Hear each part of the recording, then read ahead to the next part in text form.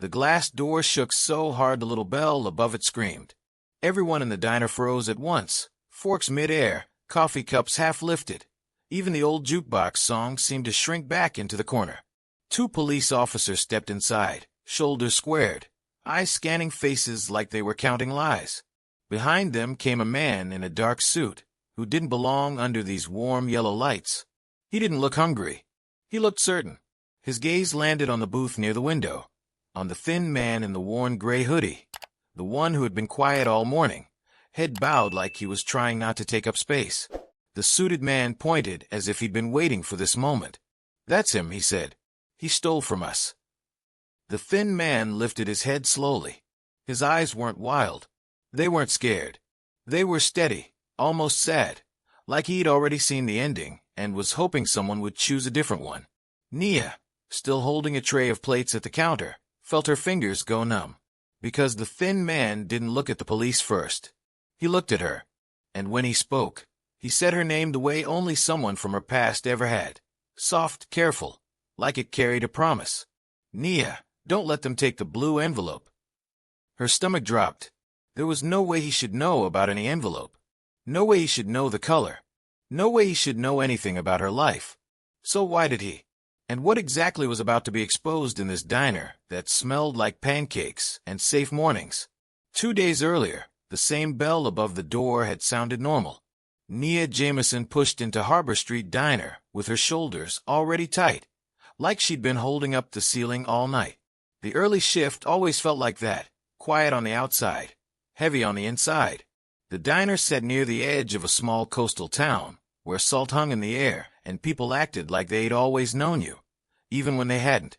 It was one of those places where everyone had a favorite booth and a favorite lie. Nia's favorite booth was the one by the window, because she could see the street and the sky, and because she could pretend, for a few seconds at a time, that her life wasn't spinning. She tied on her apron, tucked her notebook into the pocket like it was armor, and went through her routine. Refill sugar jars, wipe menus, stack clean cups. Smile first. Always smile first. That was the rule she'd learned the hard way. Smile before anyone sees the fear. And Nia had a reason to be afraid lately. A letter had come last week, stamped with the kind of official ink that made your chest tight before you even opened it. It wasn't from the bank. It wasn't from the electric company. It wasn't from the landlord. It was from a law office in the city. It said there were irregularities attached to her name, and if she didn't appear for a meeting soon, she could face legal action. Nia had read it 3 times and still felt like she didn't understand English anymore. Irregularities. Legal action. Her name. She was 24 years old. She had never owned anything expensive enough to be irregular. She served eggs. She counted tips. She took care of her little brother, Toby, after their mother died 2 years ago. That was her life. Small, honest, tired. So how could something big and legal and sharp be attached to her? She tried to call the number. No answer. She tried to ignore it. Couldn't sleep. And now, as she poured coffee for the early regulars, she kept feeling like someone was watching her from the edge of the room. Not the normal watching. People waiting for refills. This was different. This was the kind of watching that made you check the locks twice. Her manager, Wade Larkin, loved rules more than food. He was the type who polished the cash register like it was a trophy and treated the tip jar like it was a bank vault. His smile always looked practiced, like he'd learned it in front of a mirror and never updated it. Wade didn't like Nia, not really. Not because she was bad at the job. She was too good. Customers asked for her by name. Tips came easier when she was on. People laughed when she talked. The diner felt warmer around her. Wade hated warm things he couldn't control. "You're late," he said, even though the clock said she wasn't. "I'm here," Nia replied, keeping her voice even. "Try being here with less attitude." Nia bit down on the words she wanted to say. She needed this job. She needed the steady pay. Toby needed his school fees. Their rent was due in 9 days. So she nodded and moved toward the kitchen window, where plates slid out like clockwork. The cook, Miss Della, was already flipping pancakes, her arms strong and fast, her hair wrapped in a bright scarf. She was the only person in that place who looked at Nia like she wasn't a problem to be managed. You okay, baby? Miss Della asked, not even turning fully, like she could feel worry the way some people smell smoke. Nia forced a small smile. Just tired. Miss Della's eyes narrowed. Tired is normal. That look on your face ain't normal. Nia didn't answer. She couldn't. If she started talking about the letter, she might start shaking. And she couldn't shake at work. She couldn't shake anywhere. Toby needed her steady. Miss Della slid a plate onto the counter. Eggs, toast, bacon, and leaned closer. If you're carrying something heavy, you don't have to carry it alone. Nia swallowed. Before she could respond, the bell above the door rang again. This time, the sound did something strange to the air. Like the diner inhaled. A man stepped inside. At first glance, he looked like someone the town had already forgotten. Worn hoodie, old backpack, sneakers with scuffed toes. He paused just inside the doorway, eyes scanning not for food, but for people. He didn't shuffle or slump like the others, who came in cold and desperate. He stood straight, as if the hoodie was a costume he wasn't fully used to wearing. Nia noticed his hands. They were clean. Not perfect, not manicured, but clean in a way that didn't match the rest of him. And on his left wrist, there was a pale band of skin, the kind you get when you wear an expensive watch every day, and then suddenly stop. He looked toward the window booth, Nia's booth. Then he looked at her, just for a heartbeat. But in that heartbeat, Nia felt something she couldn't name. Not attraction, not familiarity. Something like recognition. Like he was checking a face against a memory he'd carried too long. Wade appeared instantly, because Wade could smell anything that might lower profits. We're not a shelter, Wade said, loud enough for half the diner to hear. You buying or you leaving? The man's eyes didn't harden. He didn't flinch. He reached into his hoodie pocket slowly, like he didn't want to scare anyone, and pulled out a few crumpled bills. They're enough for coffee, he said calmly. His voice was steady, clear, educated, like someone who had given speeches before, even if no one here would believe it. Wade snatched the bills and glanced at them like they might bite. Coffee. Sit in the back. The man didn't argue. He moved to the booth by the window anyway. Wade stepped in front of him. I said the back. The man looked at Wade, then past Wade, toward the street outside. The window is fine, he said. Wade's cheeks reddened. Nia stepped forward before she could think. I'll take him, she said. Wade swung his glare at her. You're not paid to take charity cases. Nia held his gaze. Her fear was already awake. It made her reckless sometimes. He paid, she said simply. I'll take him. Wade's lips pressed into a thin line, but he backed off. He hated conflict when it made him look cruel in front of customers. Nia picked up a mug and walked to the window booth. Up close, the man looked older than she'd first thought. Mid-30s, maybe. His face had the kind of tired that didn't come from sleeping on benches. It came from carrying decisions. He watched her set the coffee down. Thank you, he said. Nia nodded. You want anything else?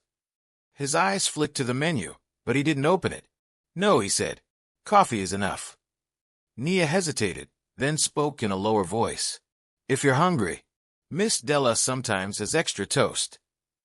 The man's jaw tightened slightly, like the word hungry hit something inside him. I'm not here to take what belongs to someone else, he said. Nia blinked. That was not a normal answer. Most hungry people didn't talk about belonging. They talked about food. Nia tried to smile it off. It's just toast. The man looked at her for a moment, then gave a small nod. Maybe later, he said. Nia walked away, but the feeling stayed. Recognition. And something else. Like this man was a stone in a river, and the river around him was about to change. Over the next few hours, Nia did her job, but she kept noticing things. The man didn't stare at food like he was starving. He watched people. Not in a creepy way. In a careful way, like he was mapping the room. When Wade barked at the new dishwasher, the man's eyes narrowed in quiet disapproval. When an elderly couple struggled to pay, the man's hand moved toward his pocket, then stopped, like he was forcing himself not to intervene. And once, when Miss Della dropped a pan and cursed softly under her breath, the man looked up and said, without thinking, You keep your towels in the wrong place. Miss Della paused. What you say? The man seemed to realize he'd spoken too fast. You reached too far, he corrected smoothly. If you move them closer, you won't burn your wrist. Miss Della stared at him, then glanced at her own towel rack like she'd never questioned it before. You been in kitchens? She asked. The man took a slow sip of coffee. A few, he said. Nia's stomach tightened. That was the first small signal. A small thing. A strange thing. The kind of thing you could shrug off if you wanted. But Nia couldn't shrug lately, because she already felt the world sharpening around her, and because the law office letter was still in her bag, sitting against her back like a warning. After the breakfast rush, the diner quieted. The regulars left. Sunlight angled in through the windows. Toby's school called Nia's phone, reminding her about an unpaid trip fee. Nia hung up and felt her throat tighten. $28. That's all it was. $28 might as well have been a mountain. She went into the back hall near the storage closet, pulled out her worn wallet, and counted her cash. $15. She'd been hoping for more. Behind her, a soft voice spoke. You're short. Nia spun around. The man from the booth stood there, holding his backpack strap with one hand. Nia felt heat rush to her face. I'm fine, she said quickly. He didn't push. He simply said, You checked the wallet like you already knew you wouldn't have enough. Nia hated how accurate that was. Look, she said, keeping her voice firm. If you need something, tell Wade. I'm not asking for anything, he replied. He reached into his hoodie pocket and pulled out a folded bill. Not crumpled, folded neatly. He held it out. Nia stared. It was 100. Her breath caught.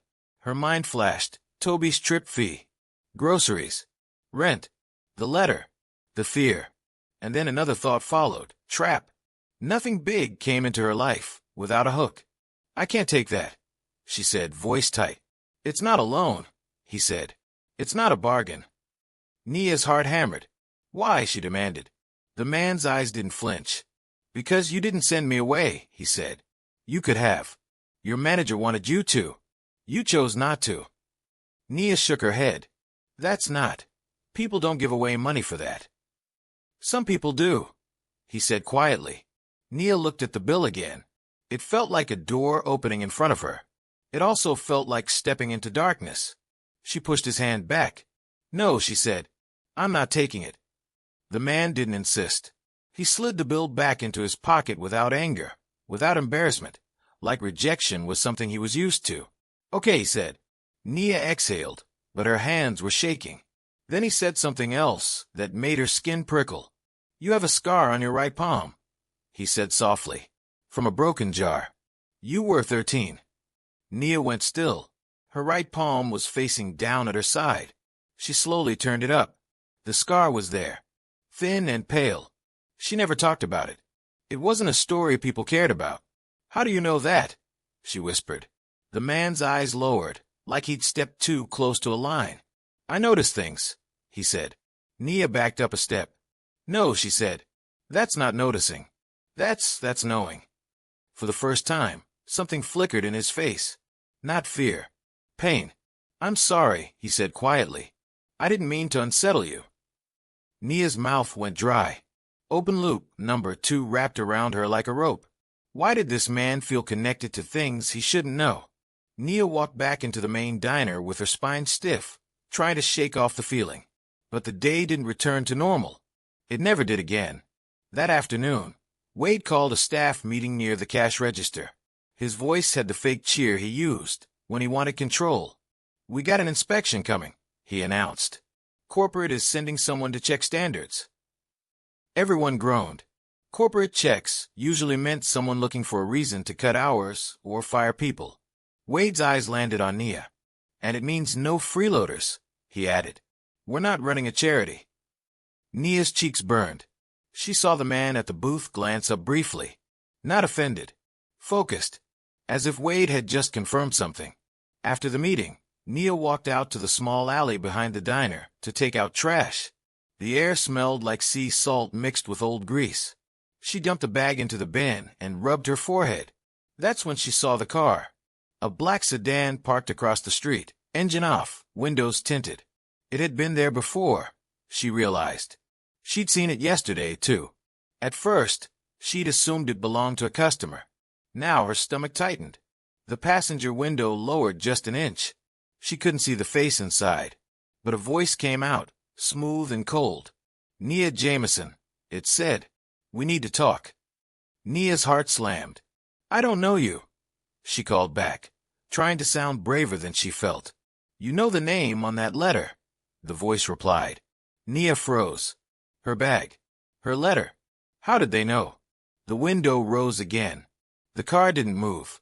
It just sat there like a threat that had learned patience.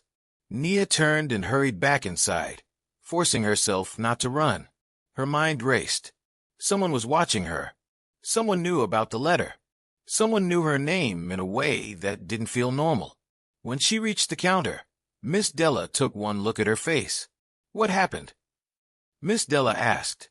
Before Nia could answer, the man from the booth stood and walked toward her. He didn't ask. He didn't announce himself. He simply moved like he belonged near danger. "What did you see?" he asked Nia, a voice low. Nia stared at him. "How do you?" "Tell me," he said, and there was an edge now, a quiet authority that didn't match his hoodie. Nia swallowed. "There's a car," she whispered. "They said they know about a letter. They said my name." The man's eyes sharpened. "What kind of car?" "Black sedan." He nodded once, like he'd expected it. Then he said, "Stay inside. Don't go to the alley again alone." Nia's stomach flipped. "You're talking like you know what this is." He didn't answer that directly. Instead, he asked, "Do you have anyone who can pick you up after your shift?" Nia's throat tightened. "No," she admitted. "It's just me and my brother." The man's jaw clenched. "You live close?" he asked. "A few blocks." He looked toward the front windows. "I'll walk behind you when you leave," he said. Nia blinked. "What? Not with you," he clarified quickly. "Behind. At a distance. Just enough." Nia should have refused. She should have laughed. She should have told him he was strange and to stay away from her life. But something in his voice wasn't trying to get something from her. It was trying to protect. And that scared her more than anything. Because protection always came with a cost. The second escalation came that night. Near closing, Wade pulled Nia aside near the back office. "I heard you were chatting with the bum," Wade said, voice dripping with disgust. Nia stiffened. "He's a customer," she said. Wade scoffed. "You think I'm stupid? Corporate is coming. We don't need him stinking up the place."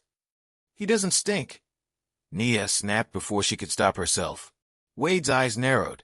"I also heard you're having personal issues," he said, lowering his voice. "Legal issues." Nia's blood went cold. "Who told you that?" she whispered. Wade smiled. In that smile, Nia saw something she hadn't wanted to believe before. Wade wasn't just annoying. Wade was connected. "I can help," Wade said. "I know people. People who make letters go away." Nia's hand shook. "And what do you want?" she asked, though she already knew. Wade leaned closer. "Tomorrow," he said, "corporate sends a guy. Big deal. He'll be in a suit. He'll ask questions.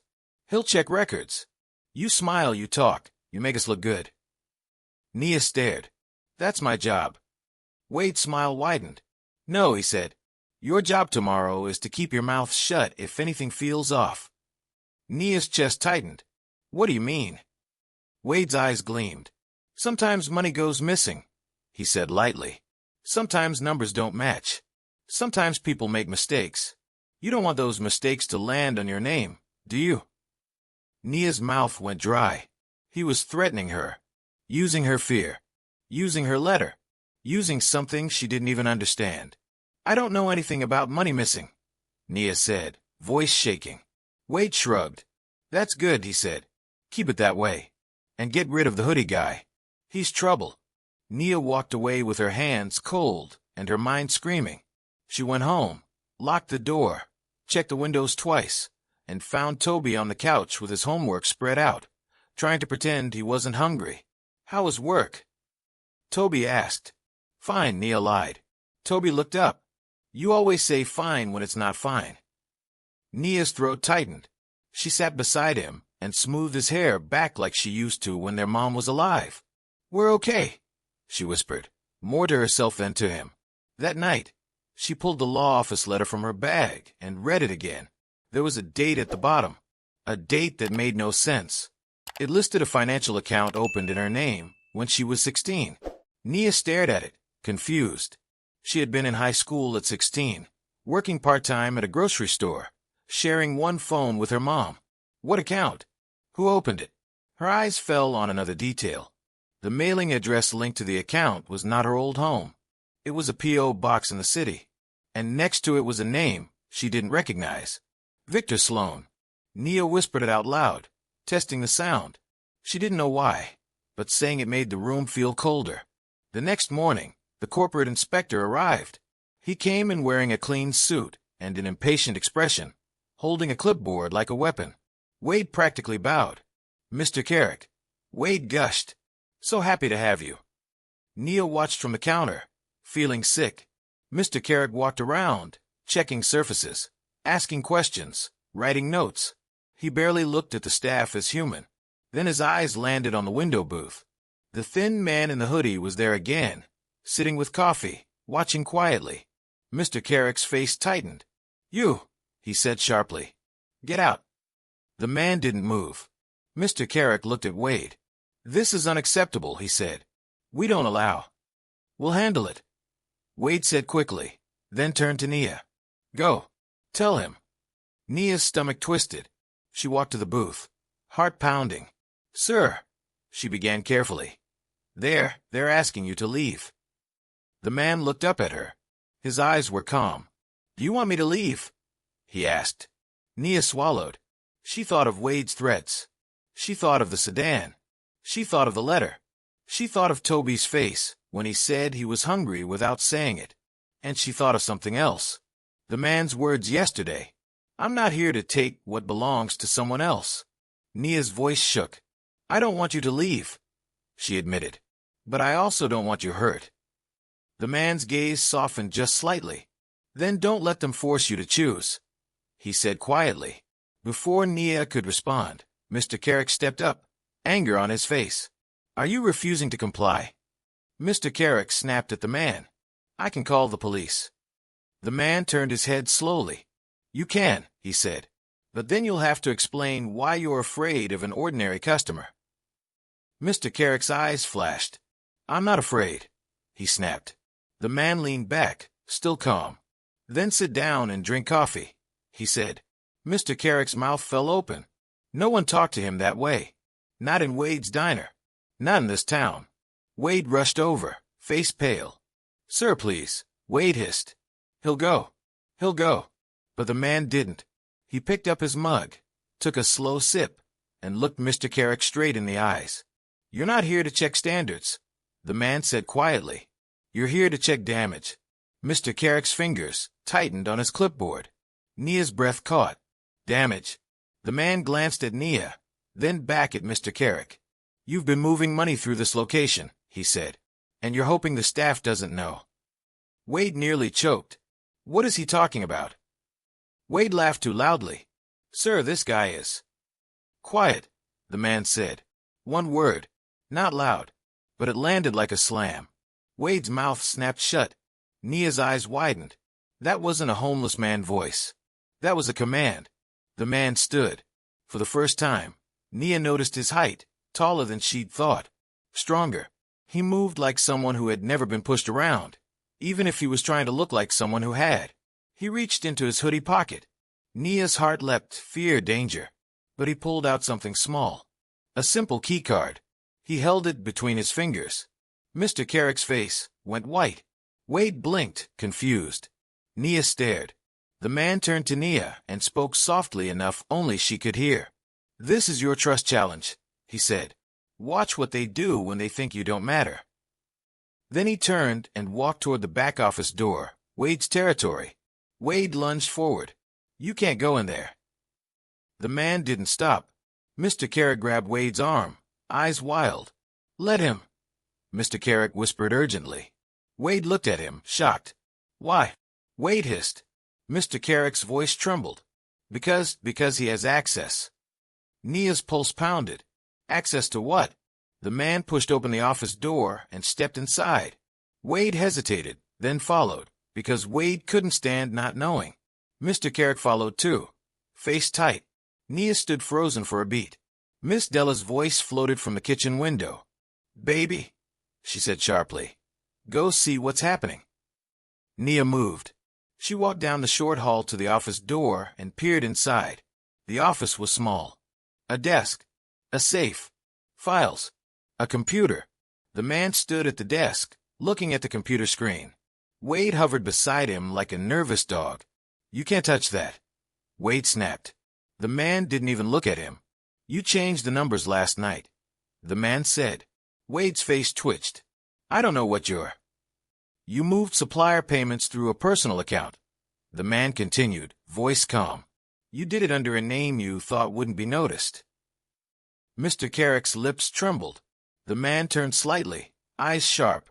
"Victor Sloan," he said. Nia felt her blood drain. That name. The letter. The account. Wade's head snapped up. "Who?" Wade asked. The man looked at Wade like Wade was a child playing with fire. "The one you work for," he said. "The one who promised you protection." Wade's voice rose. "I don't work for anyone." Mr. Carrick blurted, "We should leave." The man's eyes flicked to Mr. Carrick. "And tell him what?" he asked quietly. "That you found me? That you panicked?" Mr. Carrick swallowed hard. "You," he began, then stopped. Nia stared at the man. He was controlling the room. The hoodie was still on him, but it felt like a mask slipping. Then the crisis hit. A crash sounded from the kitchen. Miss Della shouted. Nia spun and ran back. In the kitchen doorway, she saw Toby, her little brother. He wasn't supposed to be here. He stood near the back entrance, eyes wide, clutching his school backpack. Behind him, the black sedan driver stood in the doorway, one hand on Toby's shoulder. Toby's face was pale. "Nia," Toby whispered, voice shaking. "He said he knows you." Nia's heart stopped. The man in the doorway smiled. It wasn't friendly. It was the kind of smile that said, "I own the ending." "Nia Jameson," he said smoothly. "We finally meet." Nia's legs went weak. "What are you doing?" she demanded, voice cracking. "Let go of him." The man didn't tighten his grip, but he didn't remove his hand either. "Relax," he said. "I'm not here to hurt him. I'm here to remind you what happens when you don't cooperate." Nia's mouth went dry. "You followed him," she whispered, realization crashing in. "You were watching the diner." The man's eyes glittered. "I watch what matters," he said. Then he nodded toward the main dining room. "And today, something walked into your little world that doesn't belong. Something that makes people messy." Nia's stomach flipped. He meant the hoodie man. The man leaned down slightly toward Toby. "You're a good brother," he said, voice gentle in a fake way. "You came to bring her lunch? Sweet." Toby's eyes darted to Nia, terrified. Nia's mind raced. If she screamed, Wade would panic. Customers might get hurt. Toby might get pulled away. If she stayed calm, she might buy time. "What do you want?" Nia asked, forcing steadiness. The man's smile widened. "I want you to come with me," he said. "To talk. Quietly. Like adults." "I'm not going anywhere," Nia snapped. The man's eyes hardened. "Then your letter becomes public," he said softly. "Your job becomes a problem. Your brother's school becomes complicated." Nia's breath caught. She hated how easily he said it, how practiced he was at squeezing fear. Then she heard footsteps behind her. Slow, controlled. The hoodie man appeared in the kitchen doorway. He took in the scene in one glance. Toby, the hand on his shoulder, Nia's face, the predator smile. For a second, Nia saw something flash through him. Not surprise. Recognition. Like he knew this man. The stranger with Toby looked at the hoodie man, and his smile became sharper. "Well," he said, "this just got interesting." The hoodie man's voice was quiet, but it carried. "Let the boy go," he said. The stranger laughed lightly. "And who are you to command me?" he asked. The hoodie man didn't answer with a name. He stepped closer. Nia felt the air thicken. The stranger's hand tightened slightly on Toby's shoulder. Toby winced. Nia's fear snapped. "Stop," she cried. The hoodie man's eyes flicked to Toby, then to Nia. In that moment, Nia saw his instinct. It wasn't the instinct of a man who had nothing to lose. It was the instinct of a man who had lost something once and would never let it happen again. He lifted his hand slowly, palms open. "No one wants trouble," he said calmly. The stranger smirked. "Good," he said. "Then tell your little waitress to do what she's told." The hoodie man took another step. "Let him go," he repeated. The stranger leaned closer to Toby, voice like a hiss wrapped in silk. "You know," he said, "your sister's name is attached to some very serious numbers. Big numbers. People think she's smart. People think she's innocent. But paper doesn't care about innocence." Nia's chest squeezed. Toby's eyes filled with tears. Nia's hands trembled. She was about to break. Then the hoodie man spoke a single sentence that changed everything. "You're using a boy to cover your fear," he said. "That's how I know you're running out of time." The stranger's smile faltered for half a second. Just half. But Nia saw it. The hoodie man was right. This wasn't control. It was panic disguised as control. And then, without warning, the hoodie man moved. Not fast like a fighter showing off. Fast like someone who had trained for emergencies. He stepped sideways, grabbed the metal tray on the prep table, and slid it hard across the floor. It hit the stranger's shin. The stranger cursed, and his hand jerked away from Toby. In the same instant, Nia lunged and yanked Toby toward her. Miss Della shouted. Wade burst into the kitchen doorway, eyes bulging.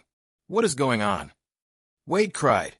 Customers in the dining room began to stand, voices rising. The stranger straightened, face darkening. He looked at the hoodie man. "You just made a very expensive mistake," he said. The hoodie man didn't flinch. "No," he said calmly. "You did 2 years ago, and you've been trying to bury it ever since." Nia's heart hammered. 2 years ago. That was when her mom died. What did he mean? The stranger's eyes narrowed. He took a step backward toward the back door. "This isn't over," he said, pointing at Nia. "Your name belongs to us." Then he slipped out the door like smoke. Nia clutched Toby, shaking. Toby's face pressed into her apron. "I was scared," Toby whispered.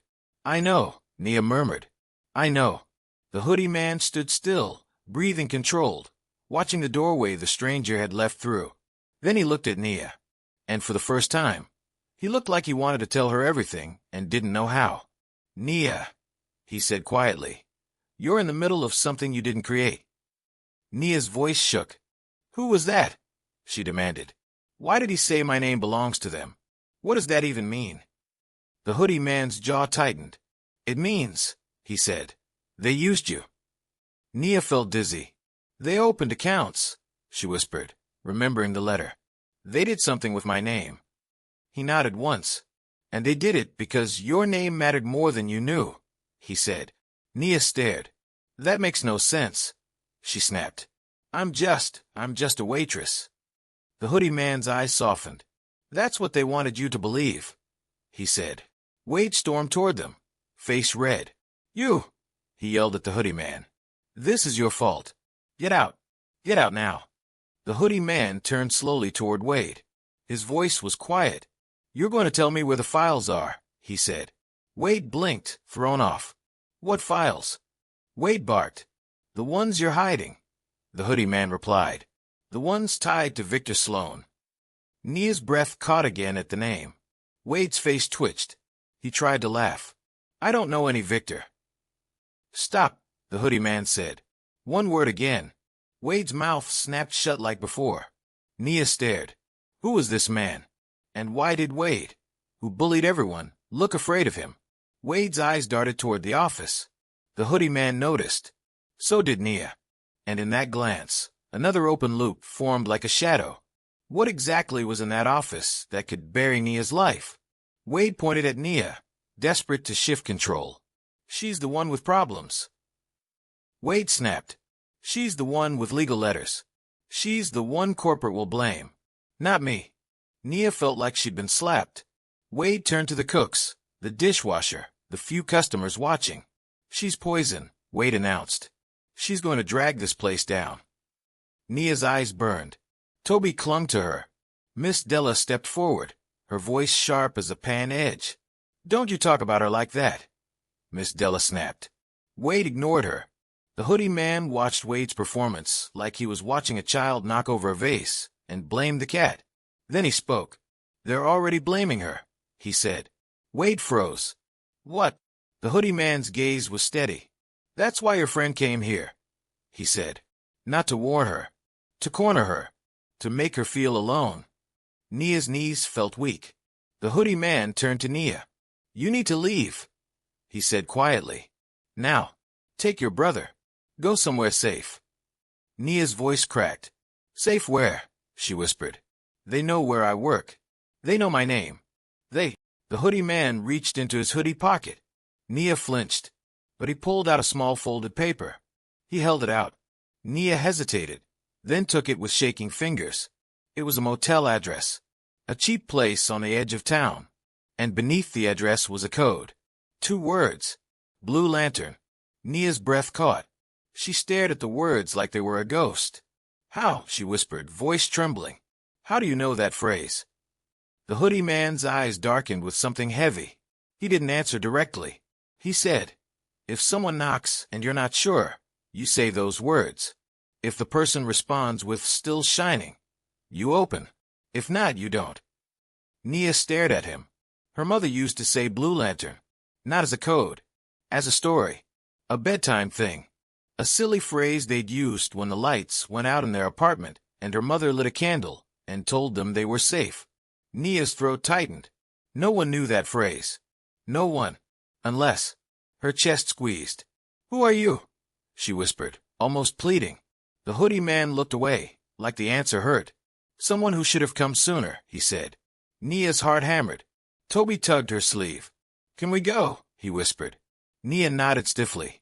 She grabbed her bag, her coat, and Toby's hand. As she moved toward the front door, Wade lunged, blocking her path. "You're not leaving," Wade snapped. "Not until you tell me what you know." Nia's eyes widened. "I don't know anything," she said. Wade's face twisted. "You brought trouble into my diner," he snarled. "You think you can walk out like nothing happened?" Nia's voice rose, shaky with anger. "I didn't bring anything," she snapped. "You did." Wade's eyes flashed. He reached for her arm. Before his fingers touched her, the hoodie man stepped between them. Wade flinched back like he'd touched heat. "You put your hands on her," the hoodie man said quietly, "and you won't have a job to threaten anyone with." Wade laughed nervously.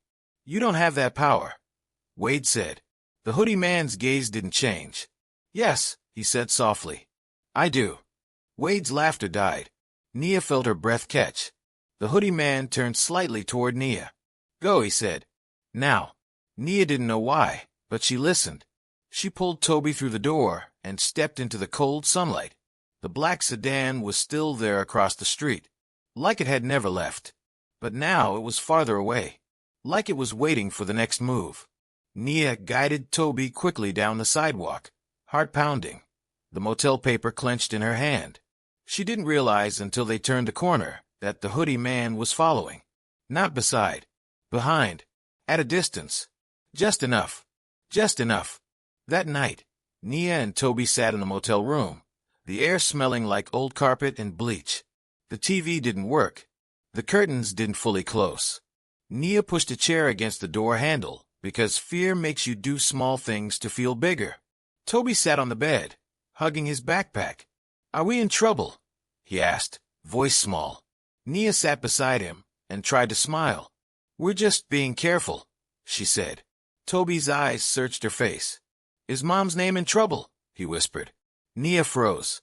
"What?" she asked. Toby swallowed. "That man at the diner," he said slowly. "When he grabbed me, he said, your mom would be ashamed."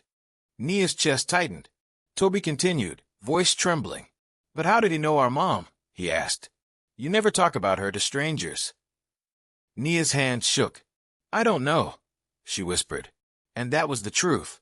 But deep inside, a new fear crept in. Maybe she didn't know her mother as well as she thought.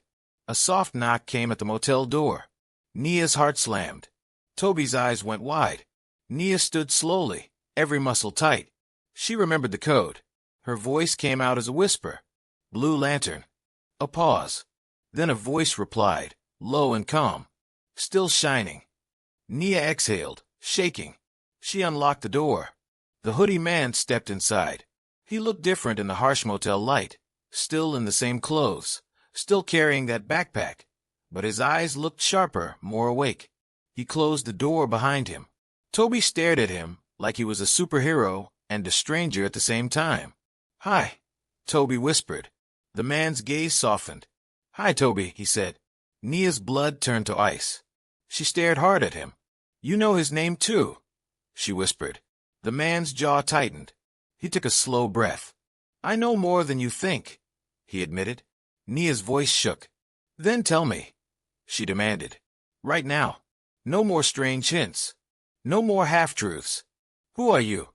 Why are people using my name? Why are they threatening my brother?" The man looked at Toby, then back at Nia. "I can't say everything in front of him," he said gently. Toby's face fell. Nia swallowed hard and lowered her voice. "He's already in it," she said. "He got grabbed. He got threatened. He deserves truth, too." The man's eyes flickered with pain. He nodded. "Okay," he said quietly. "Then we do it carefully." He reached into his backpack and pulled out a small folder, thin, worn, like it had been opened and closed 1,000 times. Nia's heart hammered. He placed it on the small table. Then, slowly, he slid out a photograph. An old photo, faded at the edges. Nia leaned in without breathing. It showed a young woman holding a baby. The woman's face was familiar in a way that made Nia's chest ache. Her mother, younger, smiling, alive. And beside her, standing slightly behind, was a man with his face half turned away from the camera, as if he hadn't wanted to be seen. But Nia could see enough. Same eyes as the hoodie man. Same shape of mouth. Same intensity. Nia's throat tightened. She stared at the photo, then at the man, then back at the photo. Her voice cracked. That's you," she whispered. The man nodded once. Toby leaned forward, eyes wide. "Were you friends with Mom?" he asked.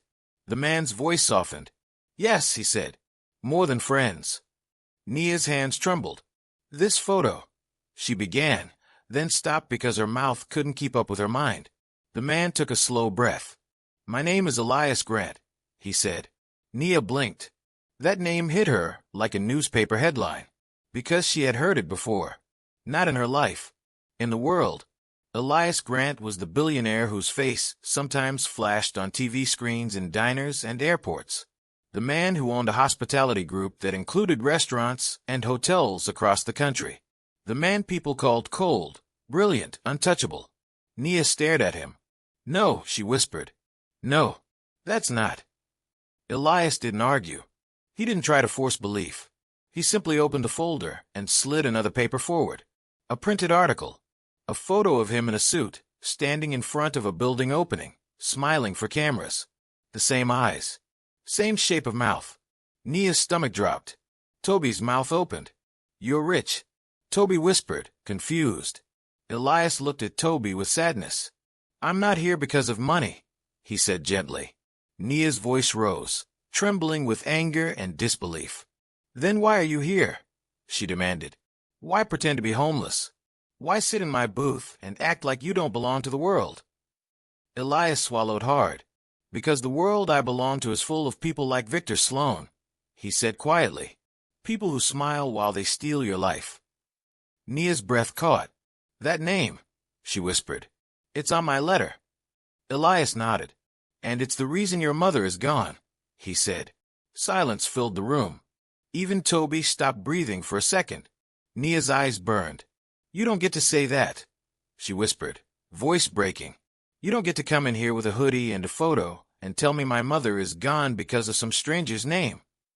Elias's face tightened with pain. "You're right," he said. "I don't get to. But it's still true." Nia's voice cracked. "Explain," she demanded. Elias took a slow breath, eyes distant. 2 years ago," he began, "your mother contacted someone in my company. She tried to reach me."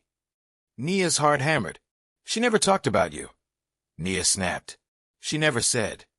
Because she was afraid, Elias said softly. Afraid that if she said my name out loud, the wrong people would hear. Nia stared, confused. Elias continued, voice low and steady.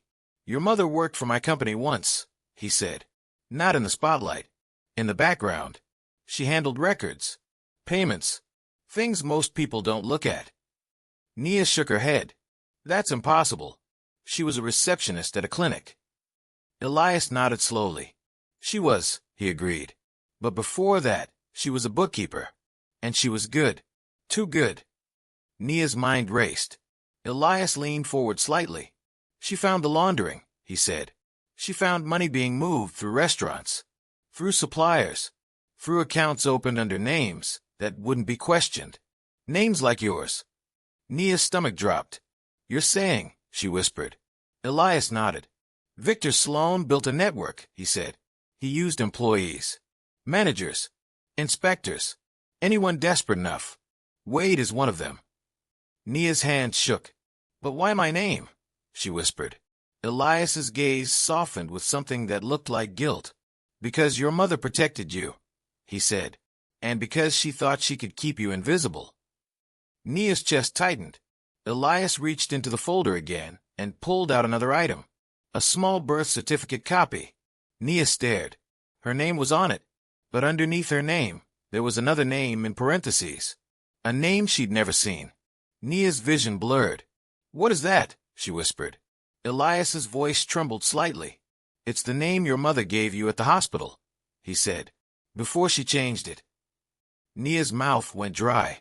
Why would she change it? She whispered. Elias's eyes glistened. Because if she didn't, he said softly, Victor would have found you. Nia's breath shook. Why would Victor look for me? She whispered. Elias swallowed hard. Because you were leverage, he said. You were proof. Nia's voice rose, shaky. Proof of what? Elias held her gaze. Proof that I made a mistake years ago, he said, and that your mother paid for it. Nia's anger flared. Stop talking in riddles, she snapped. Say it. Elias flinched slightly, then nodded. You're my daughter, he said quietly. The words dropped into the room, like a heavy object hitting water. Toby gasped. Nia froze. Her mind rejected it instantly, like her brain couldn't allow that kind of truth into her life. No, she whispered, shaking her head. No, my father left before I was born. Elias's voice was careful. That's what your mother told you to keep you safe, he said, because the truth would make you a target. Nia's hands trembled. You're lying, she whispered, though her voice didn't sound sure. Elias didn't push. He reached into his pocket and pulled out a small sealed envelope. Blue. Nia stared. Her blood turned cold. That envelope, Elias said softly, was in your mother's personal safe deposit box. She left instructions. If anything happened to her, it goes to you when you're old enough. Nia's throat tightened. How did you get it? She whispered. Elias's face tightened with guilt. I found it after she died, he said. Too late. I didn't know where you were. Victor had already started moving. People were already covering tracks. Nia's eyes burned. You found it and didn't come, she whispered, hurt rising like a storm. Elias's voice cracked slightly. I looked, he said. But Victor buried your information. He moved you out of official systems. He made your life small so he could use your name without anyone noticing. Nia stared at the blue envelope. Her hands shook as she took it. She opened it with trembling fingers. Inside were three things. A letter in her mother's handwriting. A small photo. Her mother holding Nia as a baby. Elias standing beside them, smiling in a way that looked like sunlight. And a card. A business card with Elias's name and a private number. Nia's vision blurred with tears. Her mother's handwriting made her chest ache. She unfolded the letter. She read it silently, lips moving. Her face changed as she read, confusion, pain, then something like fury. Toby watched her, scared. Elias didn't interrupt. When Nia finished reading, her hands were shaking so badly the paper fluttered. She looked up at Elias, with eyes full of grief and anger. She knew. Nia whispered. She knew Victor was using me. Elias nodded, jaw tight. She tried to stop him, he said. Nia's voice broke. And she died, she whispered. Elias closed his eyes briefly. Yes, he said. And Victor made it look like an accident. Nia's anger erupted. You expect me to believe that? She snapped. You expect me to believe my mom didn't just get sick? That she was... Elias raised a hand gently. I'm not asking you to believe without proof, he said. That's why I came like this. Not as myself. Not with a convoy. Because if Victor knew I was close, he'd erase everything. Nia's breath shook. So, you pretended to be homeless, she whispered. To get near me. Elias nodded. And to watch who reacted, he said.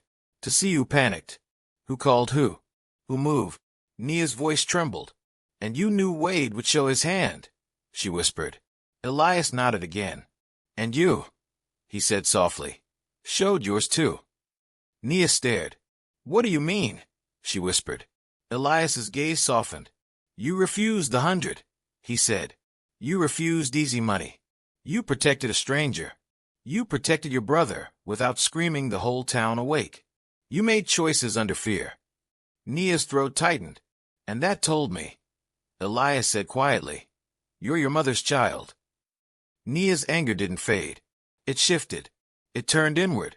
If this was true, her mother had been carrying a secret alone, protecting Nia with lies meant to keep her alive. And Nia had never known. She had complained about being broke. She had complained about the diner. She had complained about her mother being strict. She had never known her mother was fighting a war in silence. Nia's voice shook. If you're my father, she whispered, why weren't you there? Elias flinched like the question hit a bruise. Because I was weak in the way powerful people can be weak, he admitted. I thought money could build walls. I thought business could distract me. And when Victor threatened me, I chose the wrong kind of safety. Nia's tears fell. I needed her, she whispered. And she needed. I know, Elias said, voice heavy. And I will carry that for the rest of my life. Silence sat between them, thick and painful. Then Nia's phone buzzed. A message. Unknown number. 2 words. Come outside. Nia's blood turned cold. Elias's eyes sharpened. Don't, he said immediately. Nia's fingers trembled. Another message arrived. We have your manager. Nia froze. What? She whispered. Elias stared at the screen. He's trying to create chaos, Elias said. He wants you to move without thinking. Nia's heart hammered. But Wade. She began, then stopped. Wade had threatened her. Wade was involved. Wade was a bully. But Wade also knew things. And Victor didn't like loose ends. Nia swallowed hard. What do we do? She whispered. Elias's voice was calm but firm. We counter, he said. Nia's chest tightened. How? Elias looked at her, then at Toby. First, he said, we keep you two alive. He pulled out a second phone, small, plain, not a billionaire phone. He dialed a number. Someone answered immediately. Yes, a woman's voice said. Elias's tone shifted. May, he said. Protocol lantern. Nia's stomach tightened. Lantern. The code again. The woman's voice snapped into focus. Understood, she said. Location. Elias gave the motel address. 2 minutes, May said. No sirens. Elias hung up. Nia stared. Who is that? She asked. A person your mother trusted. Elias said softly. She didn't trust many. She trusted May. Nia's throat tightened. Her mother had prepared for this. Prepared for a future where she was gone. Nia's hand shook. Then she whispered, Why is Victor moving now? Elias's eyes darkened. Because you saw him, he said. You saw his man grab Toby. You saw panic. And because he realized I'm closer than he thought. Nia stared. So the twist is true, she whispered, almost to herself. You really are him. You really are Elias Grant. Elias nodded. And this is where everything shifted, because now it wasn't just about a scary letter and a manager's threats, it was about the truth they buried for years. Nia's breath shook at the sound of those words. Truth buried for years. Her mother. Her name. Her life. A soft knock came at the motel door again. Nia jolted. Elias held up a hand. He moved silently, checked the peephole, then relaxed. A woman stood outside, mid-40s, short hair, sharp eyes, wearing simple clothes like she didn't want attention. She looked like someone who could disappear in a crowd on purpose. Elias opened the door. May stepped in and looked at Nia. Her eyes softened with something like grief. "Nia," May said quietly. Nia froze. May knew her name too. May glanced at Toby, then back at Nia. "You look like her," May murmured. Nia's throat tightened. "You knew my mom," Nia whispered. May nodded. "I promised her," May said softly, "that if the world turned, I helped keep you standing." Nia's eyes filled again. Elias spoke quickly, focused. "Victor is pushing," he said. He texted her. "He's escalating." May's gaze sharpened. "Then we move," she said. Nia's heart pounded. "Move where?" she asked. May looked at her. "To a place with locks Victor can't buy," May said, "and cameras he can't erase." They left the motel through the back, slipping into a plain van that looked like it belonged to a plumber. Toby clutched Nia's hand. Elias sat in the back seat, watching the road. Nia stared at him in the dim light, trying to fit the billionaire face onto the hoodie face. It didn't match, but it did. Like two layers of the same person. As the van drove, May handed Nia a small card. On it was a single sentence. "If you say lantern, I answer." May met Nia's gaze. "This is your safe word," May said. "If you ever feel watched, if anyone tries to separate you from Toby, you call me and say lantern. Nothing else. I'll handle the rest." Nia's mouth went dry. "And if they take my phone?" she whispered. May pointed to the card. "There's a payphone number too," she said. "Old, but it works. Your mother insisted on it." Nia's chest ached. Her mother had thought of everything, except staying alive. They arrived at a small building near the coast that looked like a regular office from the outside. Inside, it was quiet and secure. Cameras in corners, keycards, a front desk with a calm woman who didn't ask questions. May led them into a small conference room and gave Toby a snack. Toby ate like his fear had turned into hunger. Nia sat, shaking. Elias placed the blue envelope on the table again, like it was a centerpiece of truth. May slid a laptop open. "Now," May said, "we get proof." Nia's heart hammered. Elias nodded. "Victor's power is stories," Elias said. "He controls narrative. He turns truth into rumor." May's fingers moved quickly on the keyboard. "We make truth undeniable," May said. Nia swallowed. "How?" May looked at Nia. "First," she said, "we prove your identity has been used. Officially. With records." May pulled up documents, bank trails, account openings, digital signatures. Nia stared at lines of numbers that looked like a foreign language. May pointed. "See this," she said. "Account opened under your name when you were 16, but the IP address belongs to a corporate office." Nia's stomach dropped. "So it wasn't me," she whispered. May shook her head. "No," she said. "It was Victor's network." Elias leaned forward. "And here," he said, pointing. "Supplier payments routed through Wade's authorization." Nia's throat tightened. "Wade." Elias's voice stayed calm. "Victor uses small people to build big walls," he said. "Then he hides behind them." Nia looked at the screen, then at May. "And the letter?" she whispered. May nodded. "It's pressure," she said. "They want you to panic and sign something. Or disappear. Or confess to things you didn't do." Nia's hands trembled. Elias's gaze softened. "You didn't," he said. "You held steady. That's why you're still here." Nia's anger flared again. "But my mom isn't," she whispered. Elias's face tightened. May's jaw hardened. "We're not done," May said. She clicked another file. A report appeared. It was a police report from 2 years ago. Nia's breath caught. It was about her mother's death. The official cause was listed as an accident. Fall downstairs. Nia's chest tightened. She remembered that day. The call, the rush, the shock, the way the world went silent. Elias's voice was low. "Your mother called May 3 days before she died," he said. "She said Victor was closing in." May nodded. She told me she found a folder, May said.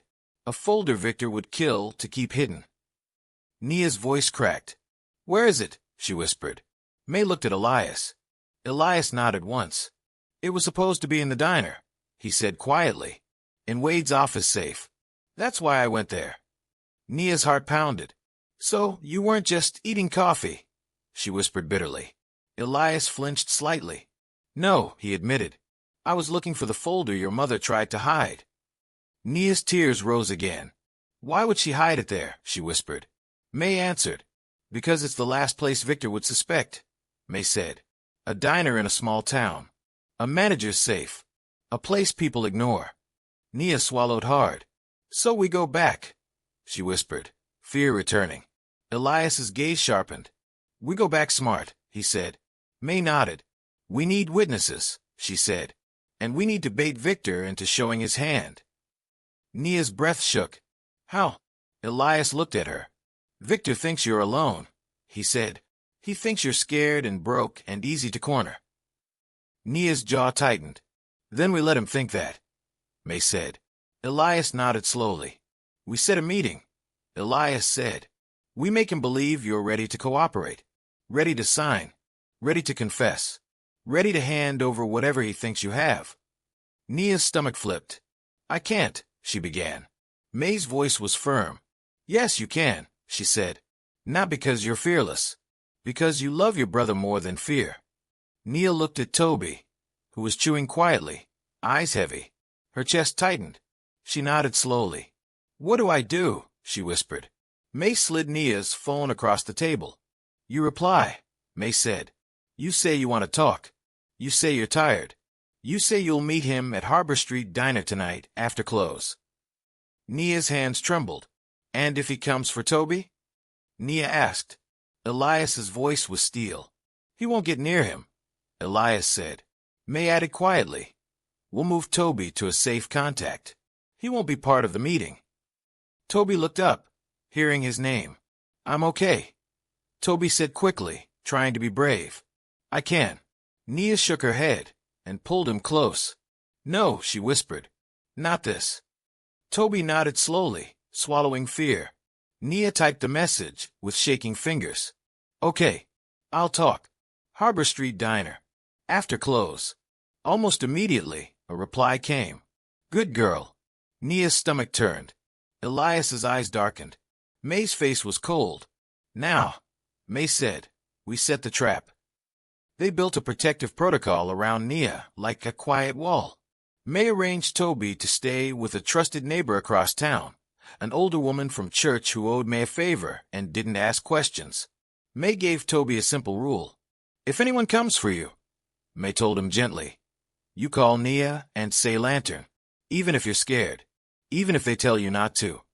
Toby nodded. I can do that, he whispered.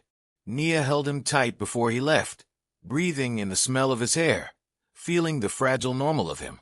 When Toby was gone, Nia felt hollow. Elias noticed. After tonight, he said softly, we bring him back to you. Nia didn't answer. She didn't trust promises right now. Night fell. The diner closed. Wade sent staff home early, claiming corporate needed a private review of finances. Nia returned to the diner alone, as planned, wearing the same apron, like she was stepping into the same life. But it wasn't the same. May waited in a car across the street, watching. Elias stayed out of sight, not because he was afraid, but because his face would trigger panic too soon. Nia walked inside. The diner lights were dim. Chairs were up on tables. The air smelled like bleach and old fries. Wade stood near the counter, arms crossed, face tight. What are you doing here? He snapped. Nia swallowed. I got a message, she said carefully. Victor wants to meet. Wade's eyes widened. You've been talking to him? Wade hissed, fear cracking his anger. Nia held his gaze. I didn't have a choice, she said. He knows everything. He has my name. Wade swallowed hard. You're going to ruin me, he whispered. Nia's voice was calm. You ruined yourself, she said. Wade's face twisted. You don't understand, he snapped. He owns people. He owns courts. He owns... A sound cut through the diner. The bell at the door. The black sedan man stepped inside. Not in a hoodie. In a clean coat. Calm. Confident. Like he belonged everywhere. He smiled at Nia. "There you are," he said. Nia's hands trembled. He glanced at Wade. "And you," he said. "Still breathing. Good." Wade flinched. Nia forced herself to speak. "You said you wanted to talk," she said. The man nodded.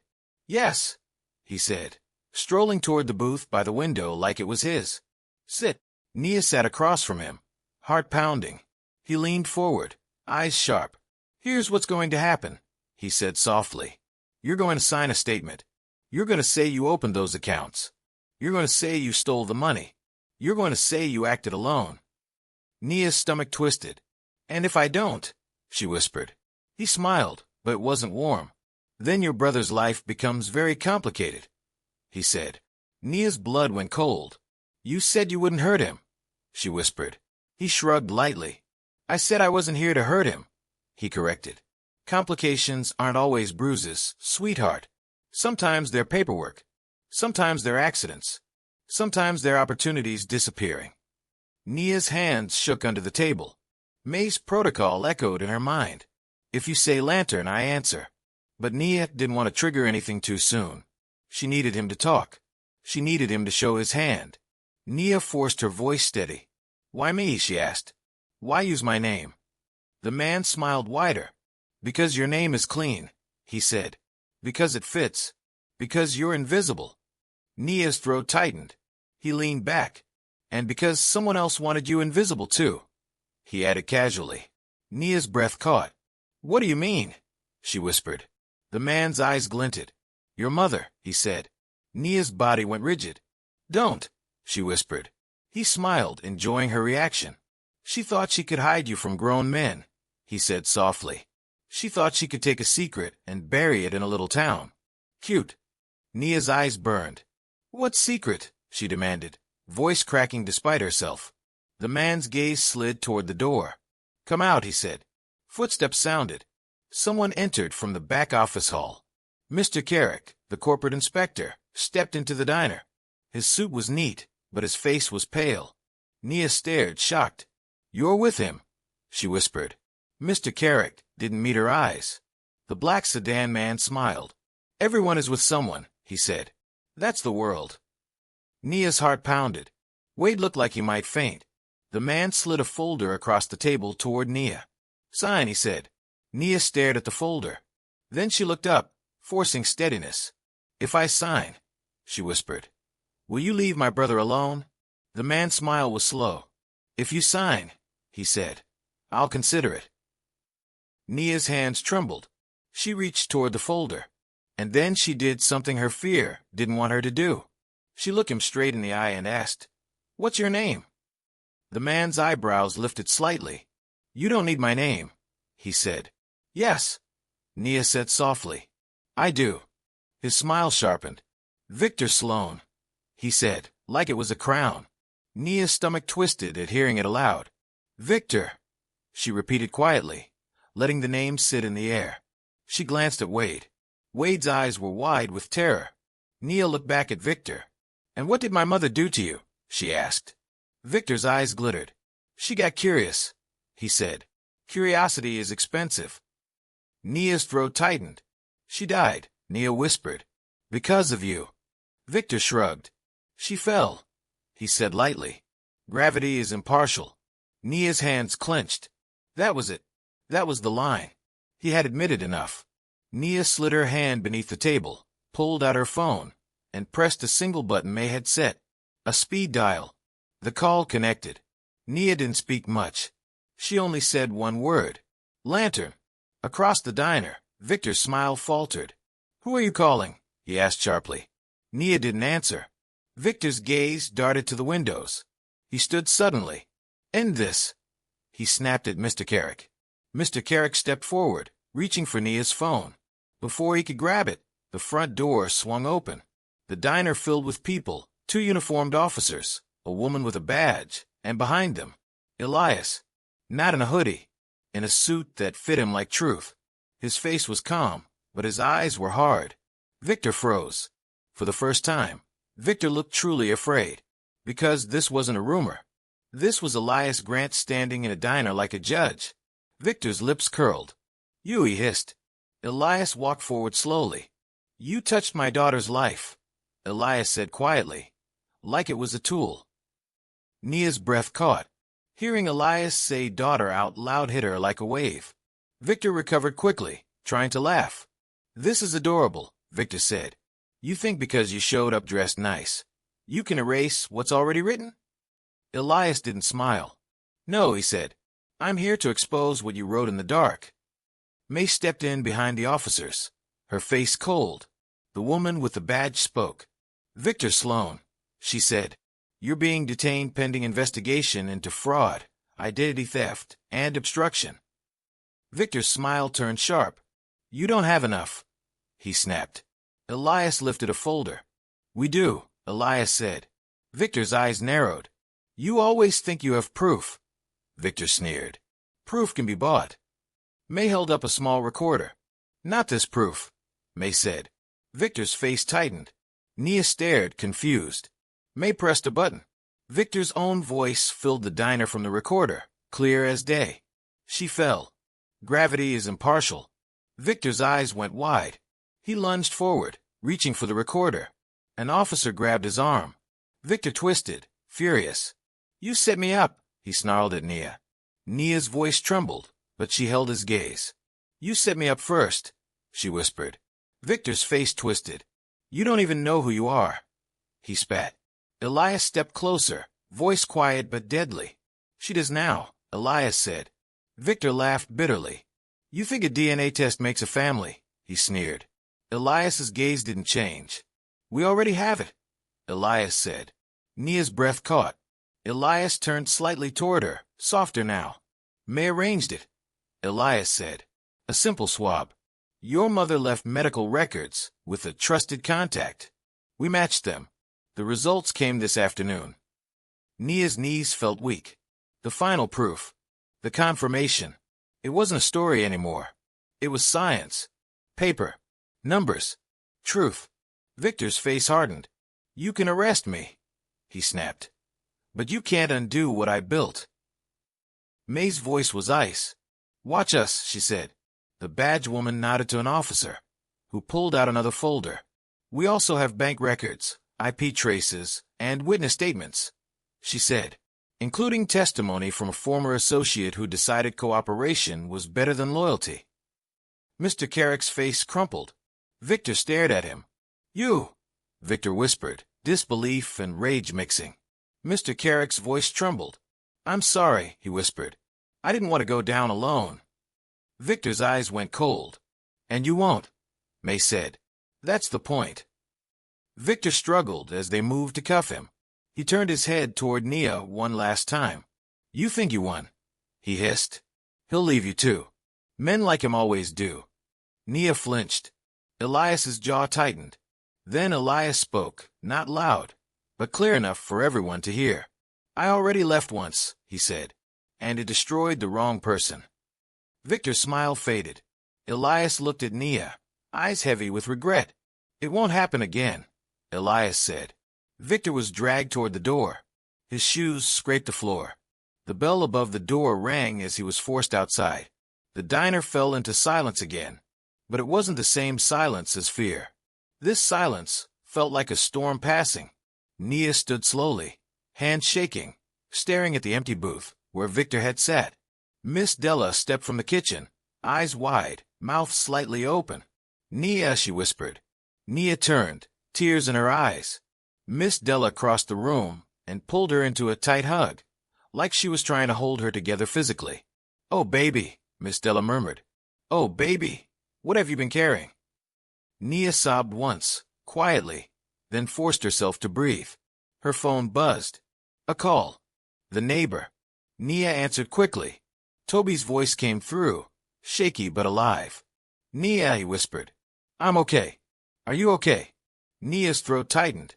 "I'm okay," she said, voice breaking. "I'm coming." Toby exhaled, like he'd been holding his breath for hours. "Is the bad man gone?" Toby whispered. Nia looked toward the door. She thought of Victor's eyes.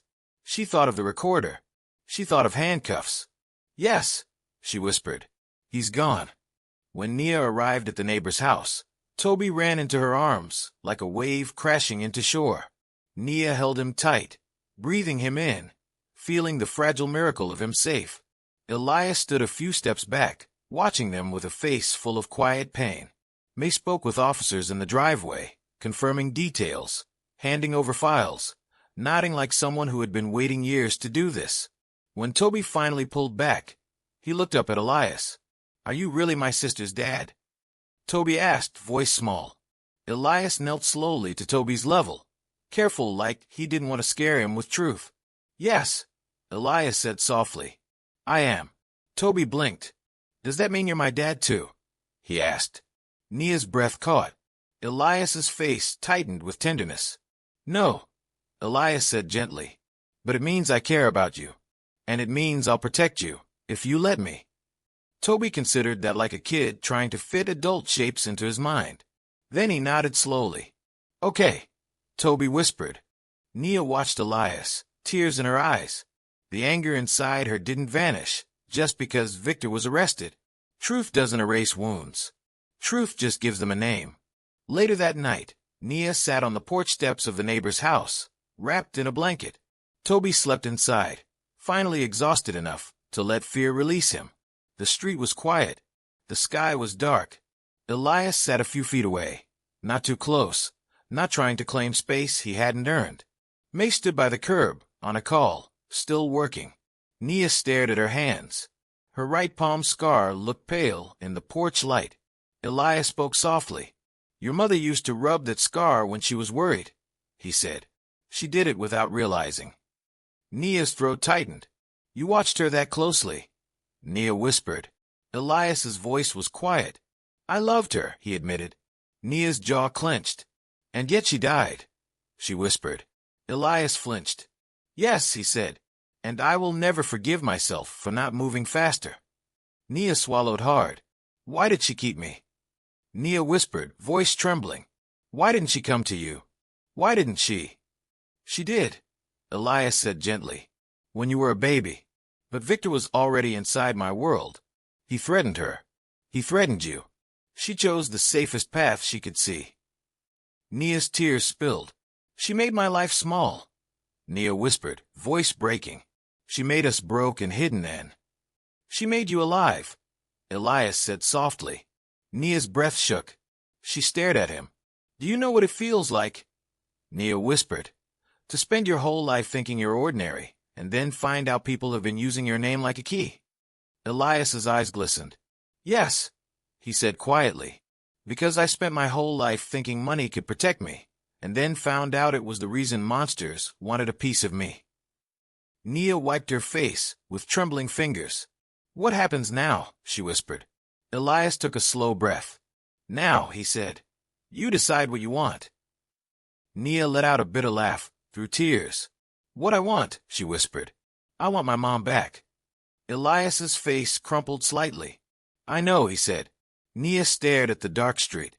Then she whispered, "I don't know how to be your daughter." Elias didn't rush. He didn't reach for her. He didn't say a line that would sound good in a movie. He simply said, "Then we start with something smaller." Nia looked at him. Elias's voice was steady. "I'll prove myself," he said. "Not with gifts. Not with headlines. With time. With showing up. With listening when you're angry. With being there when you don't want me there, and when you do." Nia swallowed hard. "And the diner?" she asked. Elias's gaze sharpened. "The diner stays," he said. "Not because it's mine. Because it's yours. It's Miss Della's. It's the staff's. It's the place you survived." Nia blinked. Elias continued, calm and clear. "Wade will face charges too," he said. "He'll have consequences. The staff will be protected. The town won't lose a place that feeds people because one man wanted power." Nia's chest tightened. "And me," she whispered. "What happens to my name?" May walked back up the driveway and stopped near them, phone lowered. "It gets cleared," May said firmly. "Officially. Publicly. Permanently." Nia's throat tightened. May's eyes softened. "Your mother wanted that," May said. She wanted your name to belong to you. Nia nodded slowly, tears still falling. In the weeks that followed, the story traveled through town like wildfire. The arrest, the fraud, the diner manager involved, the corporate inspector cooperating, the billionaire founder appearing in person. People who had ignored Nia for years suddenly looked at her differently. Some with curiosity, some with envy, some with guilt, like they remembered every time they'd spoken to her, like she didn't matter. Nia hated that look. She didn't want their sudden respect. She wanted her ordinary mornings back. But she also knew she couldn't go back, because now she knew what her mother had been fighting. Nia took Toby to school in the mornings and made sure he walked inside safely. May's people handled security quietly, without making Toby feel like a target. Elias didn't move into their lives like a storm. He moved like a careful apology. He showed up when invited. He stayed away when asked. He listened more than he spoke. One afternoon, Nia sat in the diner after closing, staring at the window booth. Miss Della wiped the counter slowly, watching her. "You okay, baby?" Miss Della asked. Nia exhaled. "I don't know what okay means anymore," she admitted. Miss Della nodded like she understood. "You don't have to be okay fast," Miss Della said. "You just gotta be honest." Nia's throat tightened. "I keep thinking about that day," Nia whispered. "When he offered me money. When Wade threatened me. When Toby got grabbed. I keep thinking, if I had taken 100, would any of this have happened differently?" Miss Della's eyes softened. "You made the right choice," she said firmly. "Not because it fixed everything. Because it showed who you are even when the world was shaking." Nia swallowed hard. She looked toward the door. Elias stood outside, waiting, not coming in until she nodded. That small respect did something to her chest. Nia nodded once. Elias stepped inside quietly. He walked to the booth, but didn't sit until she spoke. Nia's voice was low. "I read Mom's letter again," she said. Elias nodded, pain in his eyes. "She wrote," Nia continued, "that she didn't want me to hate you." Elias swallowed hard. "I don't deserve her defense," he admitted. Nia stared at him. "I don't know what I feel," she said honestly. "Some days I want to scream at you. Some days I want to ask you 1,000 questions. Some days I just want you to leave, so I can pretend this isn't real." Elias nodded slowly. "All of that is allowed," he said. Nia blinked, surprised by how steady he sounded. Elias continued, voice gentle. "I won't ask you to forgive me quickly," he said. "I won't ask you to call me anything you're not ready to say. But I'll be here." Nia's eyes filled again. "Why?" she whispered. Elias looked at her, eyes heavy. "Because your mother died trying to keep you safe," he said. "And the least I can do is spend the rest of my life honoring that." Nia stared at him, heart aching. The diner around them was quiet, chairs stacked, lights dim, the smell of soap and old coffee lingering like memory. And Nia realized something that made her breath catch. Her decision that first day. The decision to not send a stranger away. To not sell her integrity for $100, to stand between her brother and a threat, had been the first domino. It didn't magically fix life. It didn't erase grief. But it exposed the truth, hiding under the floorboards. It cracked open a network built on silence. It pulled a monster into the light, and it returned her name to her hands. Weeks later, an official letter arrived, this one stamped with a seal that felt like relief instead of dread. All fraudulent accounts linked to her identity were closed. Her name was cleared. Victor Sloan faced charges that carried real weight. Wade lost his job and his false power. Mr. Carrick testified and entered a deal, his face on record now, his shame permanent. And the town learned something it didn't like to admit. The invisible waitress had been the center of a storm they hadn't noticed until it hit their door. One evening, Nia walked Toby home from school. He talked about a science project, like nothing had ever happened. Kids heal in strange ways. They keep going because they have to. At their apartment door, Toby looked up at Nia. "Are we safe now?" he asked quietly. Nia paused. She didn't want to lie. She also didn't want to burden him. She knelt and brushed his hair back. "We're safer," she said honestly. "And we're not alone." Toby nodded slowly. Then he smiled a little. "Does that mean we can eat pancakes more?" he asked. Nia laughed through tears. Yes, she whispered. We can eat pancakes more. That night, Nia stood by her window, looking at the street. She thought about how close she'd been to signing away her life out of fear. She thought about how easily people in power had tried to fold her into their story. And she thought about the stranger in the hoodie who had walked into her diner like a test she didn't know she was taking. She understood something now that she hadn't understood before. Sometimes your biggest moment isn't when you get money or fame or a miracle. Sometimes your biggest moment is a decision made while you're tired and broke and scared. A decision that says, I won't become what fear wants me to become. A decision that says, I will still be kind, even if the world is sharp. A decision that says, I will not trade my soul to survive. And if you've ever been in a place where life felt like it was closing in, where you were one bad day away from losing everything, you know how rare that decision can feel. So here's the question that lingers after all of this. If a stranger walked into your life at the worst moment, would your instinct be to protect, to ignore, or to take what you can and run? Tell me what you think, because the answer says more about us than we like to admit. And if you want more stories where one choice changes everything, you already know what to do. Stay close.